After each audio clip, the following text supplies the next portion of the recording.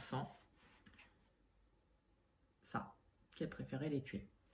Il me semble que la petite avait dit Sandrine pour désigner sa mère. Elle ajoute, c'est quand même pas très normal. Je la comprends.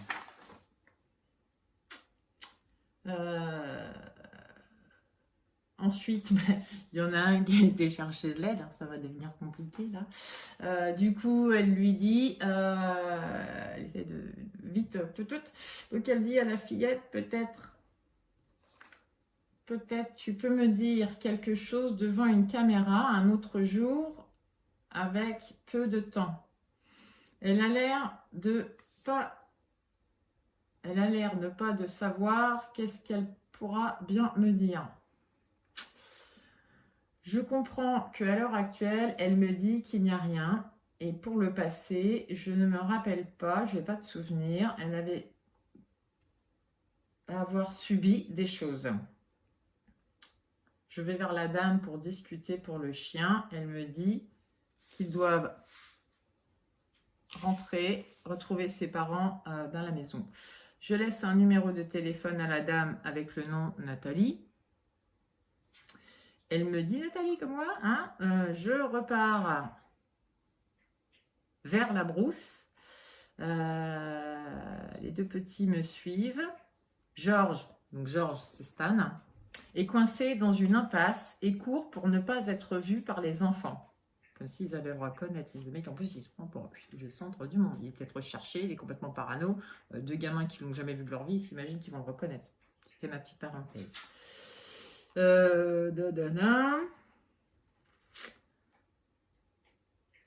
Il se cache dans un champ de fleurs de tournesol. Décidément, les champs, c'est son truc. Hein. Les enfants ont l'idée de chercher Lino dans le champ. Lino, je rappelle, hein, c'est le chat imaginaire. Je dois arrêter le jeu en disant que je regarderai s'il n'est pas rentré. Tout le monde, donc pour elle, c'est un jeu. Chercher un chien, c'est un jeu. Tout le monde rentre, la petite fille et sa copine suivent encore un peu, puis font demi-tour. On se trouve au carrefour vers 19 h quand le père arrive avec son fourgon vers nous. On se casse. La fillette lui a demandé comment vous m'avez trouvé. Donc c'est la mère qui nous a dit que tu habitais ici. Ce qui est très marrant, parce que c'est une petite ironique, hein, c'est de voir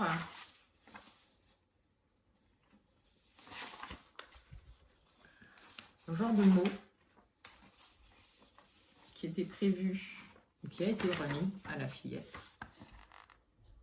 Je vous le lis.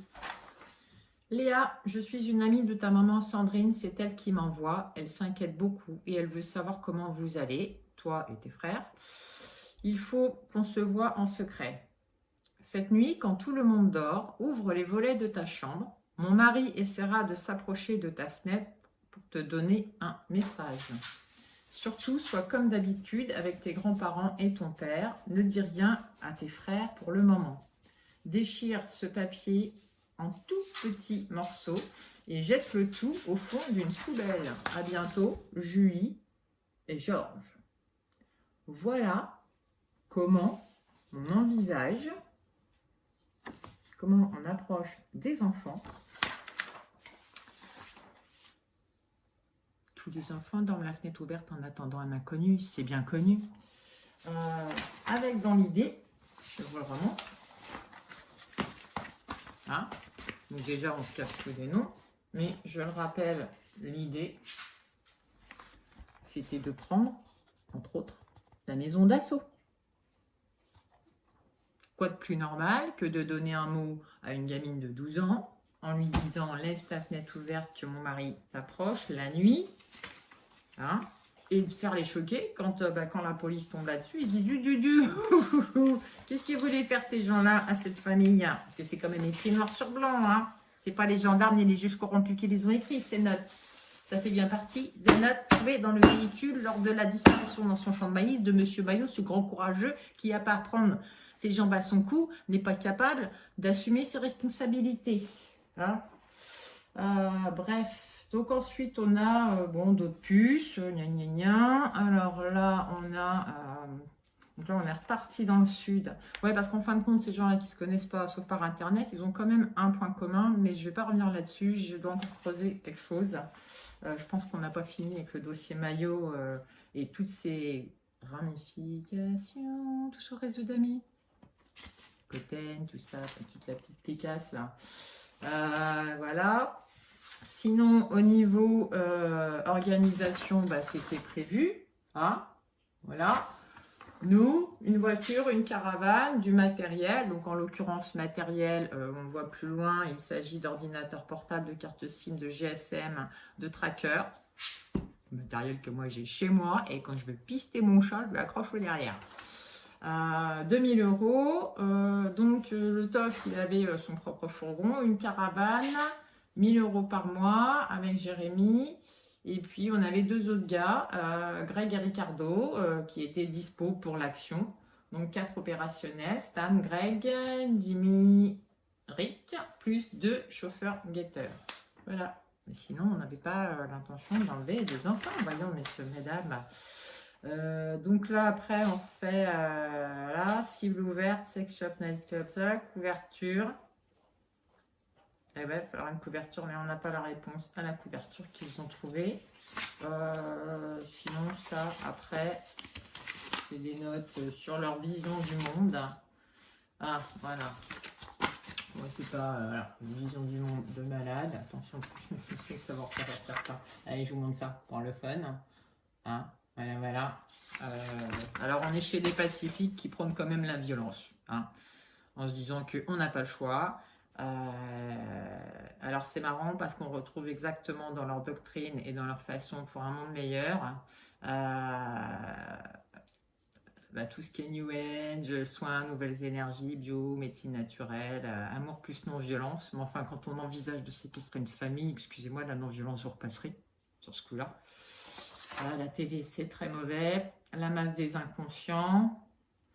Voilà. Monde de rêve, violence par haine noire, par amour blanche. Violence égale support d'une émotion, énergie négative. Faire des choses non pacifiques. Au final, on en arrive à ça.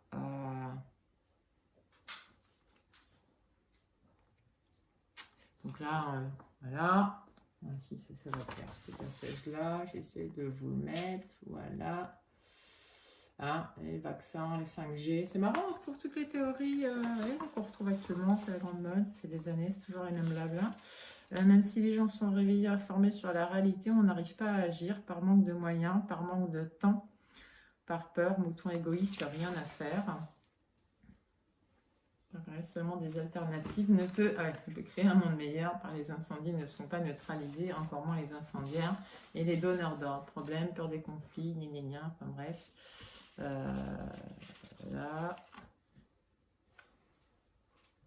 construction de notre société.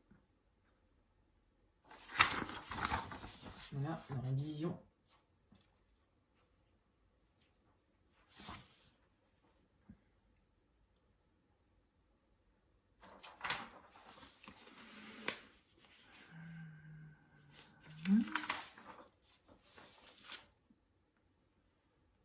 Et puis, vous voyez, je me suis fait avoir parce qu'en fin de compte, la surveillance n'a pas duré 3 jours, mais elle a duré une dizaine de jours, du 4 juillet au 13. 13-14, hein, c'est bien ce qu'on a vu tout à l'heure. Voilà, donc là, on a une surveillance, samedi 4, mardi 7, sortie, gna gna gna, pisté jusqu'à la piscine, voilà, Mercedes, 20h30, hein, grand-mère, père, enfant, base de loisirs, piscine. Non, franchement, ils sont super malsains, ces gens, vous vous rendez compte, sur la base de loisirs. Ça va pas, les gens, là, hein, voilà. Hop, sortie. Ah, bah, il fallait faire le plein d'essence. À part de la piscine, ça a eu de l'essence. Hein, voilà. Non, non, ils sont vraiment... ouh, loulou, ils vont faire les courses en plus. Vous vous rendez compte? Ils vont chez Inter. Voilà. Et puis, ça fait des tests, hein, matériel. Vous voyez. Voilà. carte SIM. Tout est référencé, hein, la moindre dépense. Donc voilà ce qu'on retrouve dans les carnets de notes de Maillot, parce qu'en fin de compte, on a bien vu, hein, c'est pas tant le carnet de Jérémy qui est intéressant. Lui, Jérémy, il relate juste ce qui s'est passé par rapport à Gachadoa et son mec de l'époque, qui a pété un plomb en une semaine sans qu'on sache pourquoi, et on ne saura pas, puis c'est pas le sujet qui m'intéresse. Par contre, les notes contenues dans le carnet de monsieur Christian Stan Maillot, le zéro blanc, elles sont claires. Et n'importe quelle personne qui tomberait là-dessus, qu'il soit enquêteur ou même simple kidam, devrait se rendre compte qu'il se tramait bien quelque chose. Alors après, la question est de déterminer, serait-il passé à l'acte ou pas? Eh bien, on ne le saura jamais, pour la simple et bonne raison que, je le rappelle, cette surveillance de la famille s'est faite au mois d'août 2012 et que c'est le 22 septembre 2012 que Maillot a organisé sa fausse disparition dans son champ de maïs à Bolandose. D'accord? C'est-à-dire un mois plus tard. Et puis pendant des années, jusqu'en 2014-2015, jusqu'à ce que Jérémy parle enfin et dise en fin de compte, il n'a jamais disparu. Le soir même, on l'a récupéré et ils l'ont amené en Suisse. Les mêmes Suisses qui interrogent notre logisticienne, qui n'a rien à voir dans l'histoire et qui fait partie des gens communs des mortels, qui ont tous 10 cartes SMS et des ordinateurs et des camping-cars à prêter gracieusement à des gens qui ne connaissent pas du tout, juste parce qu'ils les trouvent sympathiques. Eh ben, je suis désolée. Allez savoir. En septembre, ils étaient sur autre chose parce qu'en l'occurrence, ils allaient par rapport au dossier que Jérémy avait entre les mains. Donc, ils voulaient en savoir plus. Mais rien ne nous dit qu'ils n'auraient pas, à un moment, peut-être après la rentrée, pendant que les gamins rentraient de l'école ou à un moment d'isolement, profité pour les enlever. Et je vous rappelle que d'après les expertises psy, et c'est ce qui ressort aussi dans le jugement, ce sont des enfants qui ont été pendant 2 ans et 8 mois enlevés par leur propre mère, qui sont revenus auprès de leur père et de leurs grands-parents en avril 2011. Et là, on est en août 2012, c'est-à-dire à peine un an après. Et ce sont des enfants qui, déjà en 2011, craignaient que la mère veuille encore les enlever. En 2012, elle a trouvé. C'est-à-dire qu'ils se sont bien trouvés. Parce qu'entre une mère complètement déboussolée, comme c'est expliqué, prenez le temps, je ne vais pas revenir dessus, de regarder les 2 premières vidéos avec les expertises psy, où on a un début d'explication sur comment une femme comme Sandrine Gachadoa, qui avait une vie, somme toute, basique, mais comme tout le monde, peut partir comme ça du jour au lendemain dans des bouffées délirantes, parce que c'est le terme qui est adapté. La cause, elle est expliquée, enfin, on peut dire que ça vient de là, aucune certitude, puis voilà, on va pas l'expertiser non plus, c'est pas un lapin, mais je veux dire, à un moment, on a cette femme qui est complètement perturbée, d'ailleurs en 2011, elle n'a pas été condamnée, pourquoi? Parce qu'elle a été pénalement reconnue irresponsable. Je veux dire, on peut pas faire plus évident pour dire cette femme, pénalement, elle n'est pas responsable, on peut même pas la condamner à de la prison pour avoir enlevé ses enfants pendant 2 ans et 8 mois, la seule chose qu'on peut faire, c'est de l'interner pour l'aider à guérir. Sauf qu'elle a refusé, parce qu'en effet, en France, on est majeur, si on ne veut pas se faire soigner, on ne se fait pas soigner. Dire, vous êtes nombreux dans ce cas-là. Et elle est tombée sur ce type. Donc, si j'ai bien compris, lui, en 2012, il y a d'autres choses qui sont sorties à ce sujet-là. Il cherchait comment revenir un peu dans le moule. Donc, voilà, ils sont mutuellement bourrés le mou, parce que quand on voit un type qui est capable de se barrer en courant, quand 2 gamins qui n'ont jamais vu leur vie approche, en s'imaginant qu'il va être reconnu, ça veut dire que là-haut, il y a aussi un truc qui tourne par rond. Voilà, 2 individus comme ça s'associent. Mais les enfants dans tout ça, vous avez pensé aux conséquences? Parce que depuis votre délire de 2012, est-ce que beaucoup ont l'air de perdre de vue, malgré leurs belles paroles, sur l'importance de la parole de l'enfant? C'est que depuis le début de cette affaire, les enfants vous disent qu'ils n'ont rien subi, d'accord? Qu'aujourd'hui, les enfants vous disent « foutez-nous la paix avec tout ça, on n'a rien subi, lâchez-nous hein, » et arrêtez d'encenser, voilà, leur message, je vais le dire clairement, arrêtez d'encenser un type qui les a fait vivre dans la terreur pendant toutes ces années. Jusque-là, à ce qu'il soit gaulé au Venezuela, d'où il narguait quand même les autorités françaises malgré un mandat d'arrêt, c'est des enfants qui ont toujours eu la crainte d'être enlevés. Alors arrêtez de venir me parler des droits de l'enfant, de la protection de l'enfance, parce que là, vous êtes en train de bafouer 3 gamins. Voilà. Leur parole, et leur ressenti en tant que victime. Vous refusez qu'ils soient victimes, tout ça parce qu'ils vous disent non, on ne s'est pas fait violer, non, on ne s'est pas fait abuser, c'est notre mère qui est folle, même nous on est dépassés, mais c'est notre mère, on l'aime quoi. Alors foutez la paix à cette famille une bonne fois pour toutes. Si elle a envie de continuer à délirer, libre à vous de la suivre. Mais en tout cas, arrêtez par rapport à ça, de donner du crédit à ce type, parce que je le rappelle, là il passe au tribunal à la fin de la semaine, hein. Alors on vous fait croire qu'il passe au tribunal parce qu'il a voulu dénoncer, non, non, non, il n'a rien dénoncé du tout, hein. On est dans le cadre d'une association de malfaiteurs dans le seul et unique but de commettre un crime, en l'occurrence l'enlèvement de 3 enfants. Voilà de quoi répond Maillot actuellement à la justice. L'histoire des réseaux, c'est pas parce qu'il a eu 5 heures d'audience la dernière fois où les juges n'ont laissé pas l'abri. Remarque, pour une fois qu'il était là en France devant un tribunal, il fallait écouter ce qu'il avait à dire. Enfin, à ma connaissance, ces auditions n'ont pas déclenché de grandes recherches. J'ai pas entendu de nom cité, hein, ni encore moins de preuves. Alors continuez à vous faire endormir, mais par pitié, foutez la paix aux gosses, quoi. Hein, envoyez votre pognon à tous les escrocs que vous voulez, mais arrêtez de dire que vous faites ça au nom des enfants. Parce que vous ne faites rien pour les enfants. Vous n'êtes qu'une bande de nuisibles. Voilà. Donc là, je vais finir là-dessus. Les fameuses notes du carnet de Maillot, hein, le fameux soi-disant dossier vide. Donc je pense que la prochaine fois, je finirai sur les procès-verbaux des auditions et l'expertise psychologique ou psychiatrique, je sais plus, de Janet. Ouais, je pense qu'on aura fait le tour. Est-ce que je commenterai après le jugement de 2018, je ne sais pas, parce que bon, comme Maillot était absent, c'est vrai que là, les jugements qu'il est en train de prendre, parce qu'une fois que la justice l'a rattrapé, c'est autre chose. En tout cas, au pire, la prochaine, et ce sera peut-être la dernière, ce sera sur les procès-verbaux d'audition qui sont très intéressants. C'est comme ça qu'on comprend un peu cette toile et leur façon de fonctionner.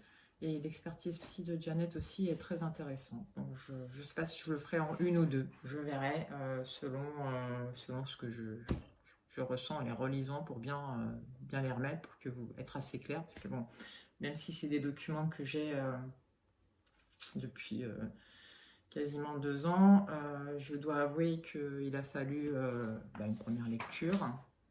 Il a fallu digérer la lecture, surtout les expertises psy des enfants, avant de pouvoir trouver un moyen de les faire connaître. Puis comme je vous l'ai dit, voyant que la parole des enfants, vu la méthode qu'on a utilisée, parce que moi je suis une vraie brêle en montage vidéo, je ne m'en cache pas, voilà, je vais demander à d'autres personnes de faire des trucs pour moi. C'était assez sympa, mais bon, visiblement même ça dérange, donc c'est signalé dans tous les sens, hein, en droit d'auteur, en vie privée, en harcèlement, oui, harcèlement. Bref, ça c'est un autre débat. C'est aussi pour ça qu'à un moment je me suis dit, je vais vous montrer les papiers directement et puis les commenter. Parce que là, ça va être quoi les droits d'auteur ou les signalements en vie privée qui vont être tentés? Vous me le dites?